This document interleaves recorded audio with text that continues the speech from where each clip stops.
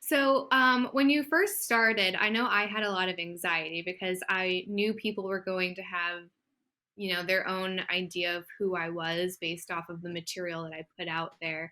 Did you have to, I guess, struggle with that at all internally? Were you nervous about sharing yourself? Because an example I give is as intimate as my previous career was, I think that podcasting is actually a lot more intimate for me because you're sharing like your essence, the real you, your mind, your beliefs, like the core of who you are.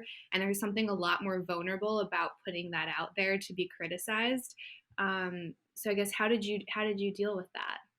I think that's an interesting insight. Yeah. It's strange for people to think, well, that girl's had a vagina on the internet. How can she not just talk about what she likes in life? Mhm. But we all lean toward the things that we find easiest, right?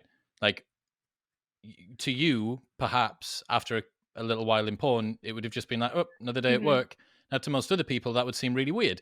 For me, standing outside of the front of an event that's got 3,000 people waiting on Halloween in the center of the city and trying to coordinate all of this, to other people might have been stressful, but to me, just felt like another night at work. Um, Personally, it wasn't. I think that my departure from my previous career to my current one uh, isn't as orthogonal as yours. I think that what I was doing before a lot of the time was trying to teach the young guys and girls that come and work for me, look, here are some of the lessons. Here are some of the things that you should and shouldn't do. Like, don't get into a relationship with someone during Freshers Week. Don't decide the person that you're going to move in and live with for the next 2 years at university when you've only known them for 3 weeks. Like blah blah blah blah blah. And really, all the show is just that at scale. It's just me going, here's a bunch of things that I did right or did wrong. Here's a bunch of people that also did some stuff right or wrong. Take Mhm. away what you want. So for me, it wasn't that big of a change, but I can totally see how that might have been for you to go, oh, hang on a second. I've spent a fair bit of time. I'm used to being on camera, Mhm. just in a different way. Yeah, so with your podcast, I scrolled way back. So I got some of probably the first episodes. And it's really cool to see the evolution of the podcast, but also of you. And I think two of the ones I was watching today was just you and a couple of your buddies with the one mic in the middle of the room, and you guys were just talking about relationships. And I was like, that people, I don't know if they have a true appreciation for how brave something like that is to hit record and then publish it. I think that's really brave. So your first, I want to say three or four that I saw from 2018 were a lot, were very focused on relationships. Was there a reason that that's where you kind of started? And did you maybe have some juicy relationship experiences that led you to trying to, share your experiences with your listeners? I think relationships are a good common place to start. I wanted to talk about everything on the show, understanding myself and the world around me, and hoping that the listeners do as well. Think about any TV show that you've ever watched. There is always a love interest. Even if it's like a sports film, some sort of sports film, there's always, like in the background, there's some love interest thing going on because it's so fundamental to Mm-hmm. who we are. It is absolutely crucial to the essence of what's going on. Everybody needs to know about the romantic arc that's going on in something that's totally unrelated to romance, right? So I just thought I had insights. I've watched a million of the guys and girls who've worked for me, young guys and girls between the ages of 18 and 25, fail faceplant in and out of relationships. And I wanted to try and give some insights around what I thought was some of the lessons that I'd learned. So one of them that I like to talk about, there's an episode of Family Guy where Peter is watching Bonnie, Joe's wife, get changed through the window. So he's got these binoculars up and he's looking through the window at Joe's wife, Bonnie, getting changed. And Stewie comes over and he says, "What are you doing, fat man?" And he looks and he sees that he's looking at Bonnie and he goes, "But I don't understand. You've got a smoking hot wife at home." Oh, I get it. It doesn't have to be better. It just has to be different. And I was like, holy fucking shit. If that doesn't explain a compulsion that almost every guy that I have ever had work for me has had, Mm-hmm. it doesn't have to be better. It just has to be different. And when you spend 10 years watching human nature unfold, the new event managers decided to sleep with one of the new hostesses, and one of the new hostesses has gone behind his back and is doing this thing, and she's decided to turn lesbian now and fuck guys and blah blah blah. there was insights to be had, and have them we did. Hmm. Yeah, that is really fascinating. So for me, it's always surprising for a lot of listeners or followers, but I was a wildly jealous person growing up, to the point where it just didn't make any sense. And then as I've become older and I guess just started questioning more about where that emotion is kind of coming from, whether it's mine or whether it was kind of programmed essentially by role models when I was little, which is really what it was, when I got down to the root of it. I was able to get a much healthier relationship with that jealousy. Not to say that it's completely gone in any instance, because I'm human. So obviously there are instances when it shows up, but it's being able to understand that men check out other girls. Like you could be completely devoted to whoever you're with and never cheat, but you're not, unless you're blind, you're going to appreciate another attractive person walking by. And I know many a fight that have happened between couples because, so and so caught their partner just glancing in the wrong direction.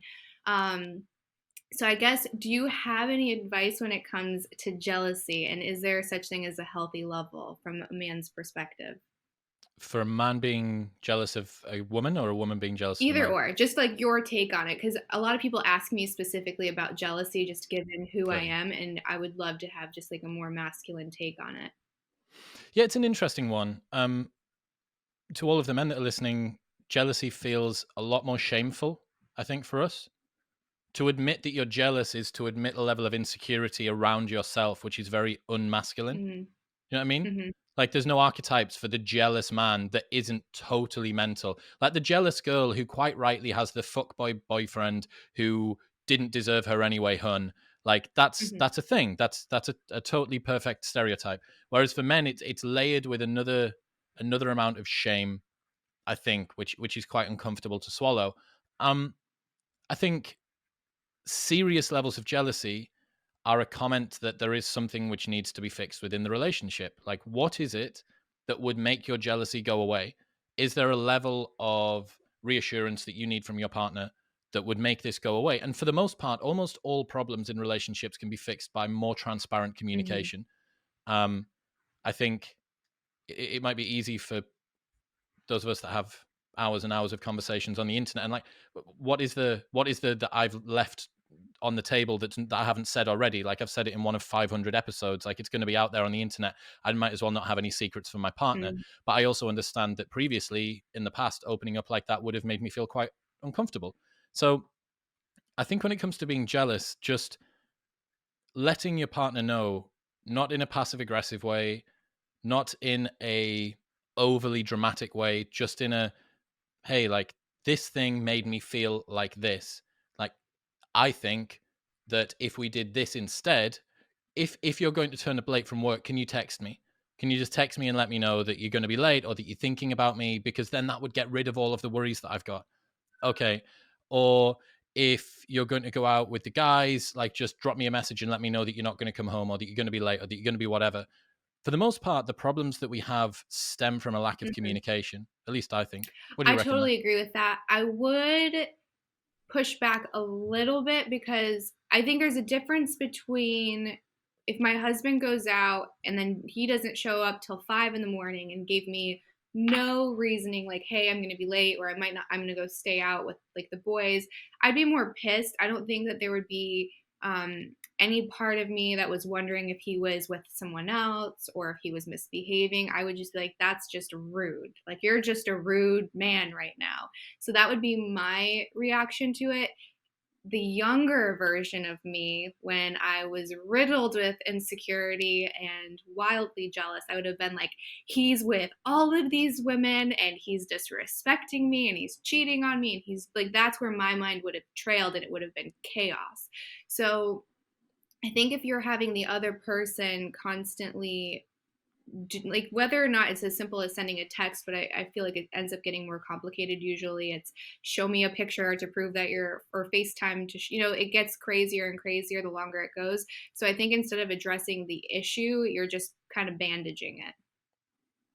And I don't know, maybe I'm being cynical. No, I think that you are right. It depends on whether or not you think that that can be fixed fundamentally.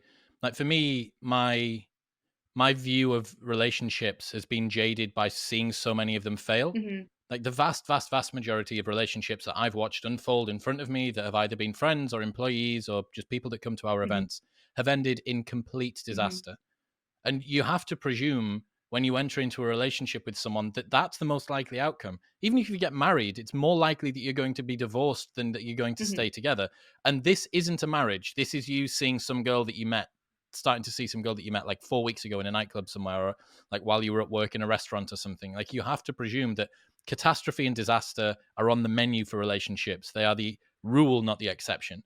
When you think like that, I think it actually liberates you from one of the fears, because one of the fears around jealousy and around anything going wrong in relationships is, oh God, well, maybe if this thing's wrong, then what else is wrong? It's like, well, if you always go into the interaction with the presumption that there will be more wrong than right, and it's a case of both of you trying to make each other get slowly less wrong and less wrong and less wrong until you're relatively well-formed human beings, then that might work.